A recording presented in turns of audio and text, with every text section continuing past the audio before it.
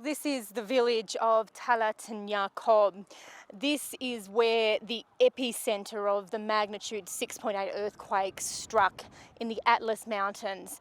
I want to show you what's left of this village.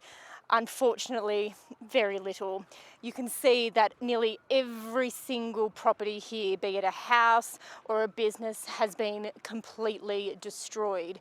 Just street after street of flattened buildings. It's actually, it's quite a surreal thing to witness and to try to take in just how much damage and destruction there has been. People have been killed here in their hundreds, but there are still more that are buried under the rubble.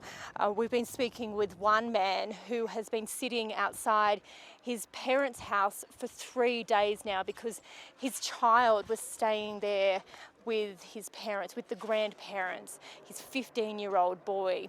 They don't think that he's survived. In the morning, we got the phone call from the village and someone told me they were dead. So I didn't tell my wife anything. I reached the village and I could hear him until about 3 p.m. Then we heard nothing. Well, there are a limited number of rescue crews on the ground, although it unfortunately seems like this is really turning into a recovery operation. But just getting here is extremely difficult. It's high up in the Atlas Mountains. It usually is about a 2-hour journey, but the roads to get here have been so badly damaged with cracks and landslides that it actually takes about 5 hours to get here now. We know that in some of the surrounding villages, rescue operators haven't even reached those areas yet. We saw quite an angry and grieving group of men try to confront Morocco's army at an army station that had been set up in one of these villages because they were so upset about what they say is a lack of resources here on the ground. One man said that he had a large family and they couldn't even get a tent to sleep in. He was talking to me with tears streaming down his face. What are you here for? Why have you come here today? All the authorities here, we haven't seen any of them.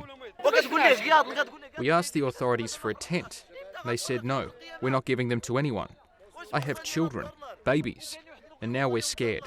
The earthquake has happened and we just need somewhere to live. Well, the people here tell me not only did their homes collapse, but they say they almost exploded up out of the ground before crashing back down. Such was the force of the earthquake here at the epicentre.